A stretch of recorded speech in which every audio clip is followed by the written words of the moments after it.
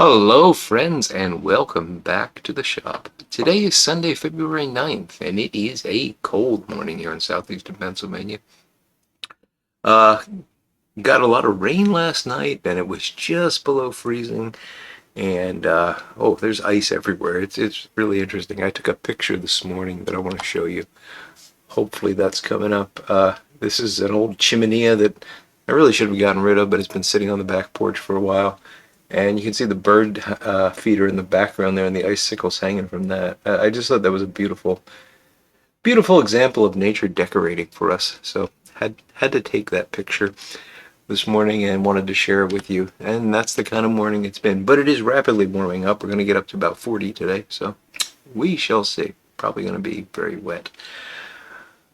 So I have my Tim West pipe this morning with some number 10 Downing Street. Lane Limited Blend. Uh, it is in English, a light English. Haven't had this in a long time, and it was one of the runners in the Tobacco of the Month competition on Friday, and it did not win. But this morning, possibly due to the weather, I just had a hankering. So I cheated.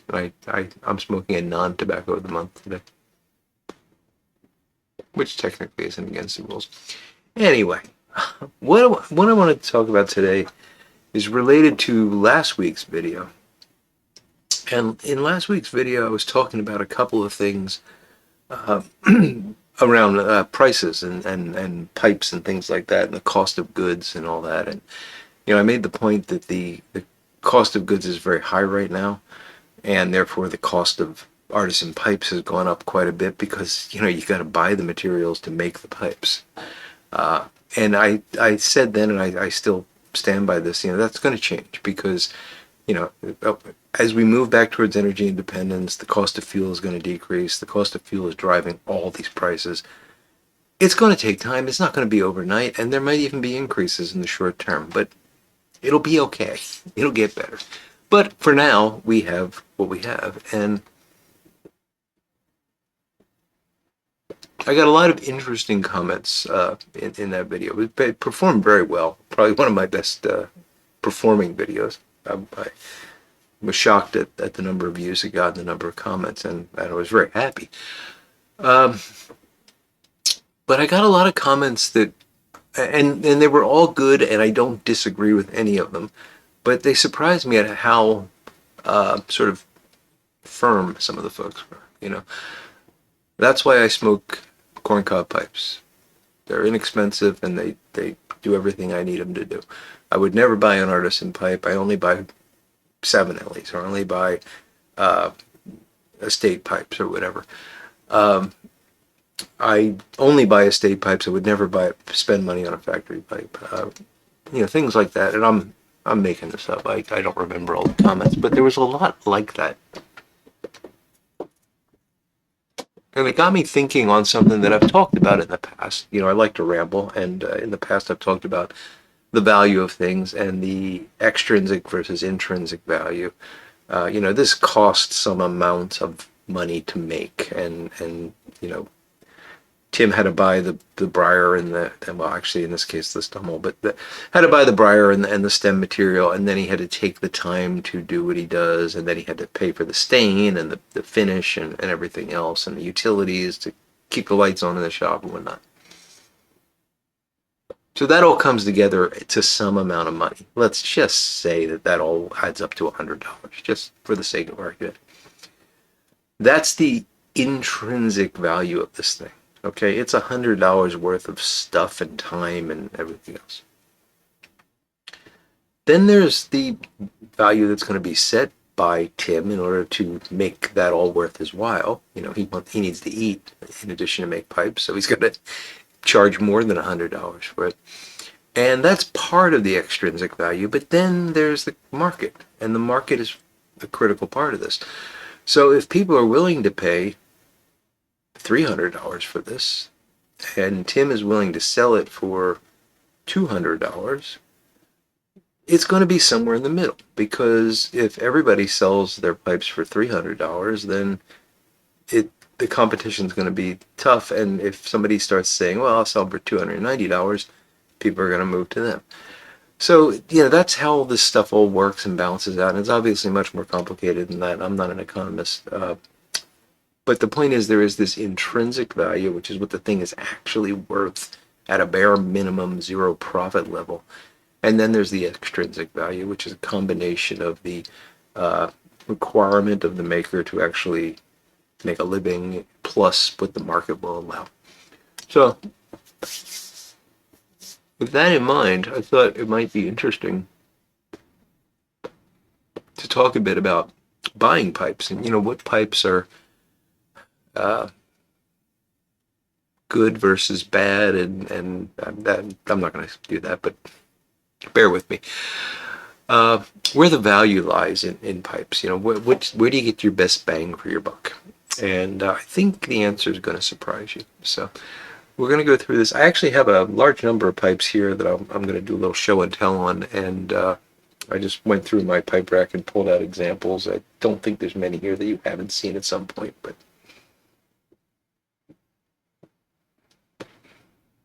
and sadly it's not. It's just a fraction of what's up there. So a lot of folks said, well, and before I go on, what got me thinking about this in the first place, and I wanted to just share this with you, is this. So this is the Smoking Pipes 25th anniversary pipe by Savinelli. And they're selling it for $384. You can get a natural that's $525 or something like that. And for a Savinelli, that just really struck me as being expensive. And my friend Eric sent that to me and said, can you believe this? And that's what got me thinking about this all in the first place. That's what produced last week's video. And here we are. So, that's one option. You can go and buy pipes like that. That's a collector's pipe, really. And by collector, I mean somebody that's buying pipes for their perceived value. For the status is, I'm going to say status. I don't mean it negatively. I don't mean the person's trying to show off and say, hey, look at me, I bought the expensive Savinelli. It's just that's important to them. That there are people out there that drive BMWs because they like them and they feel good when they drive them. And then there are people that drive them because they want other people to see them driving that. Those are both status, but the first one is what I'm talking about here. I feel good when I smoke my 300 and whatever that was, 25th anniversary Smoking Pipes Savinelli. And that's fun. That's great. If that makes you happy, you go right ahead. But let's set that kind of thing aside and talk about how the pipe smokes. Does a corncob pipe smoke as well as a high-end artisan pipe? No. You know why? Pipes don't smoke. You smoke. Pipes are tools. Pipes are tools, and like any tool, it's a poor craftsman that blames his tools. I have, and I'm going to show you a variety of pipes here. They all, quote unquote, smoke the same because I'm smoking them and I've learned how to smoke them. And I do have one here that I haven't smoked yet, so I got to be careful. But in all but this one case, these pipes perform exactly the same for me because I've learned how to smoke them. And the most important advice that I can give to anyone who's starting out and who's about to start buying pipes is slow down. Buy one, get to know it. Smoke it 60, 70, 100 times. That's how long it takes for you to really know that pipe. That's how long it takes for the briar to come alive. Nobody understands it, but there's something magic that happens after about 70 bowls. It's not the breaking in period, that's faster. Something else is going on there. Get to know that pipe before you buy a second one. And then when you buy a second one, do the same thing. Build your collection or your gathering or whatever you want to call it. Build it that way. Know each pipe before you add another one. So if you go that route, it doesn't matter if you've got a corncob pipe or you've got a $1,000 Dunhill. Do they even make $1,000 Dunhills? I don't know. You'll be able to get enjoyment out of it if you get to know it and you persevere with it, because sometimes it takes time and you got to learn the quirks, but any pipe will perform for you. There will be pipes that have gurgles. There will be pipes that have restricted airways. You can still smoke them, or you can fix those things, and that's another story for another time. But the point is, never had a pipe, one exception, never had a pipe that I could not make perform for me.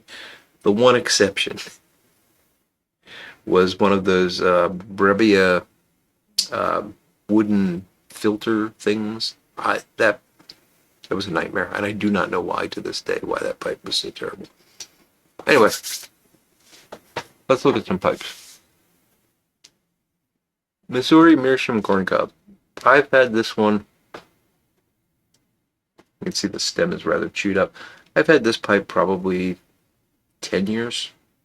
I've got at least one Missouri Meerschaum that I've had more than 15 years.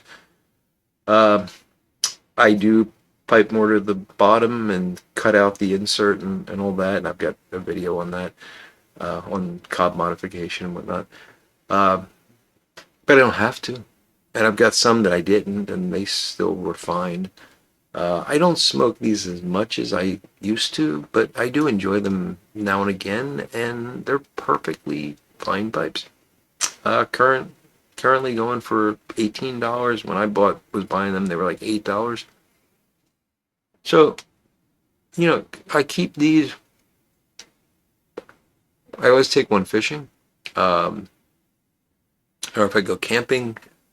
So I used to have one in the glove compartment in the car, but I used it and then didn't put it back. So I've got them down here in the shop. So if I'm working on something, or if I'm painting, that's when I was painting the walls. I was usually smoking a cob.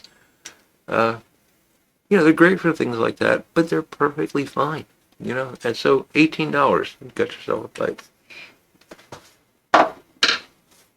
Moving up from that, and I'm just going in terms of price now. I'm not talking about quality, just price.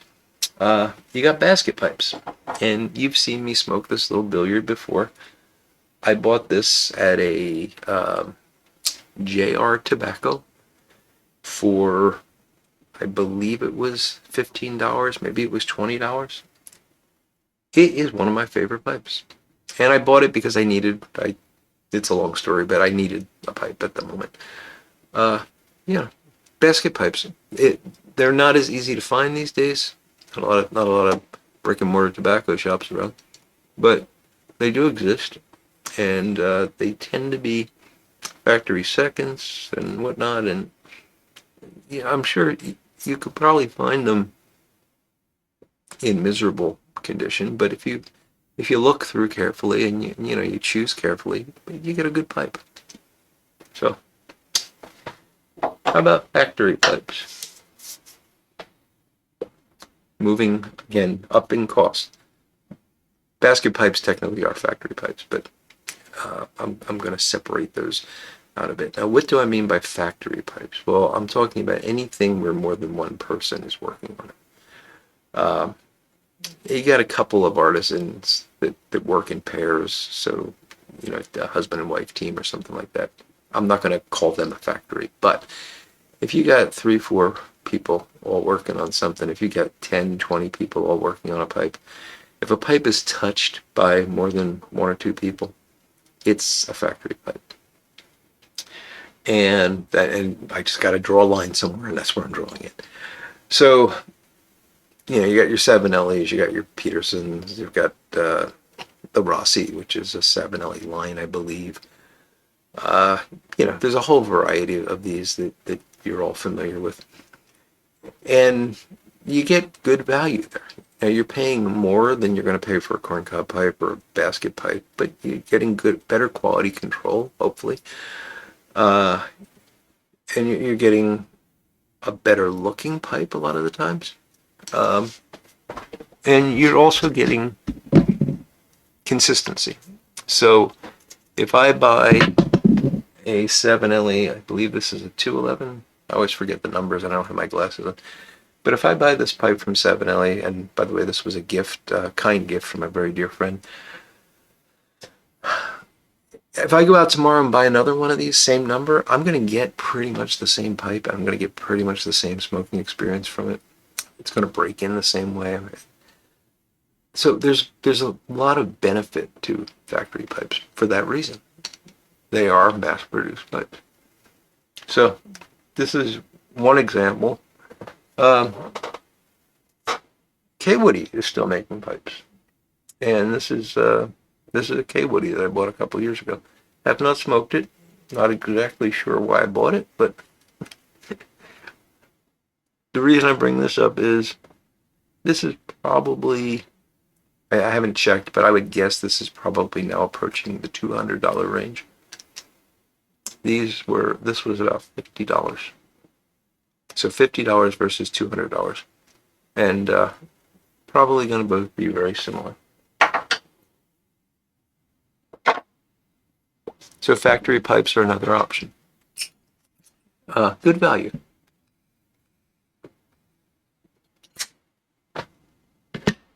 More expensive, but you're paying for the consistency and the quality control.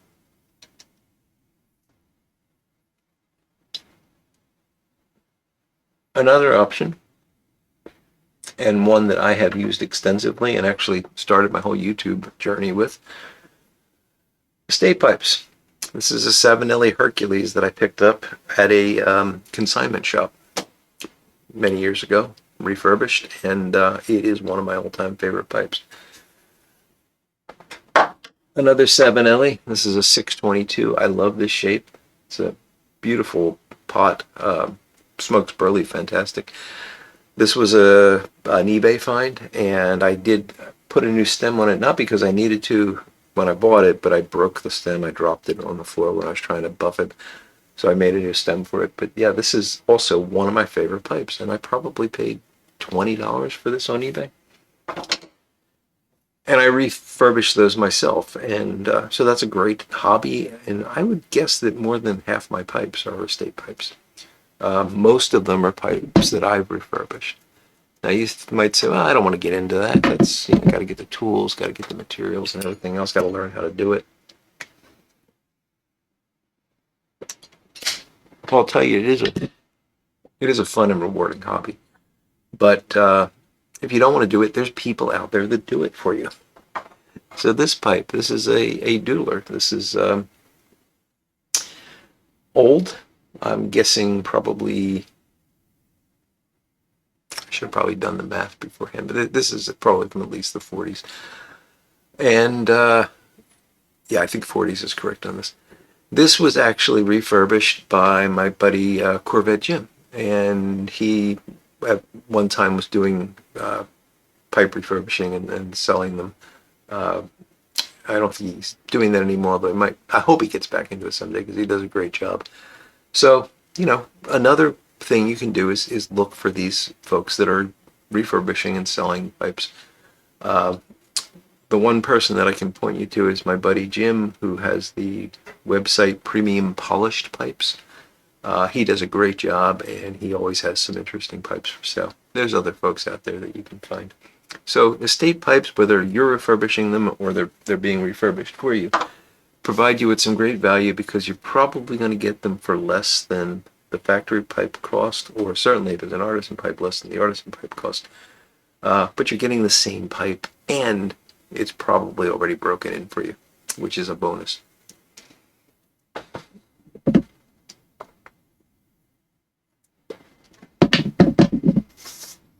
And then we move on to artisan pipes. So my most recent, Phil Rivera. You've seen me smoke this. It's a wonderful pipe. This one broke in record speed, and I've really enjoyed this. And these are just my three favorite artisan makers. I've got others, but I just wanted to show off these three. Jay Mouton, again, you've seen me smoke this pipe probably many times. Really fantastic pipe, and Jay Mouton is a fantastic pipe maker, as is Phil Rivera. And finally, for this show and tell at least, Trevor Talbert. Now, I picked these three for a reason. I talked to all three of these people. They are, to varying degrees, people that I consider friends. Trevor I do not know quite as well, but I think he's somebody that if I had a question or something, I could get in touch with him and he'd be kind enough to chat with me. Phil and Jason are friends, and that's great. That's the reason I like to buy artisan pipes is there's a person behind them. Now I wanted to show this one in particular because Trevor has, and other artisan makers have this, what he calls well, he has a line of, I hate to say economy, but I want to give a general term, so less expensive pipes. He calls his the Ligne Britannia line, and these are from pre-frayed Stummels. So it's a little bit less work for him to put this together, and therefore he can sell it at a lower price. Many artisans have lines like that, so it's worth looking for. You get the same quality in terms of the interior, airway and everything, but it's just a little bit easier for them to put it together so they can sell it cheaper. Yeah, so this is one of Trevor's Ligne Britannia. In every case, though, there's a story behind these. Like this recent one that I got from Phil, we went back and forth on the design. I commissioned this one. It was a lot of fun doing that and seeing him make it. He would send me pictures as it was in progress. I think of him and I think of that process when I smoke it. For this one here, I think about my buddy Corvette Jim every time I pull it out. But with the Estates, there's a story that these pipes have. I just don't know it. And that's intriguing to me. I think when I smoke an Estate pipe, I think to myself, if somebody else had this pipe, it had adventures that I'll never know about. And I wish it could talk. I wish it could tell me something. Now, what you may or may not notice is absent here are high-end factory pipes. So things like Dunhills, Petersons are getting up there in terms of price. And Castello, all of those sort of, high-end factory pipes. I'll just leave it at that. The reason is I've had a few of them in the past. They don't perform any differently than a Savinelli or any other factory pipe, in my opinion. They might look a little bit better. They might, and again, it's like one of these status things. If it makes you feel good to smoke that pipe, if you're proud of that pipe, if you enjoy collecting a particular pipe or something, it's fine. It's fine. There's no right or wrong here. And that's why I started off with that whole thing about the pipe doesn't smoke, you smoke. Because there really is no right or wrong. Any of these is fine, or fine. Go out in the yard, get a branch, carve it out, stick a hole in it, and smoke it. It's okay. You can do that. People have done that. It's really fascinating. So why then would I spend $300, $400, $500 on an artisan pipe when I could buy a Savinelli for $150 or a basket pipe for maybe $30 now? Why would I do that? Well, because of that story, because of that person, because of the connection that I have. And again, it's like a status thing in the sense that I feel good when I smoke that pipe. It's not necessary, but it makes me happy. It just makes me happy.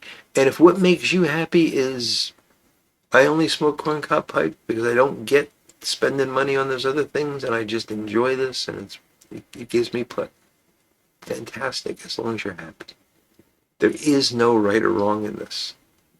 The only thing that I think is wrong in all of this is if you start accumulating them too quickly, because then you're never going to get to know the pipes. And a pipe, whether it be a corncob pipe, an artisan pipe, a $5,000 1920s Dunhill, they all deserve to be known to the fullest extent. So take your time with them, get to know them, and then buy them a friend. Well, folks, I hope you found that useful, and I hope that I made some sense in all of that. There are technical details that I didn't get into, like airway design and funneling and all that. And I am going to do a video, and the reason I got out this K Woody is that I think this is going to be my my subject. I want to do a video on what I'm going to call factory pipe tune-up, and I may or may not actually resurrect the Cane Rod Pipes website for factory pipe tune-ups, if there's an interest in that. I don't know what the cost would be. I don't know how exactly I would work that, but basically if you have a factory pipe and you want to have the airway better funneled and all that kind of stuff, I could do it. But that's not going to happen soon. But the video might happen soon. So in the video, I'll show you exactly how to do it yourself. And if you want to do it yourself, that's great. If you want to send it to me, we'll see if that happens. Yeah. So that's the one thing I didn't get into is the technical differences between them. But those are, again, things that for the most part you can learn to work with. All right. I think I'm out of getting low. This has been wonderful. Every once in a while, it's nice to take a trip down memory lane and have a little bit of Latakia. So, with that, folks, I've probably rambled more than enough. Hope you enjoyed that. Let me know in the comments. Let me know if you want to hear anything else about pipes or the particulars or differences or whatnot. And I hope you have a wonderful Sunday and are looking forward to a great week ahead. Until we speak again, I will look forward to talking to you all again very soon. And go Eagles.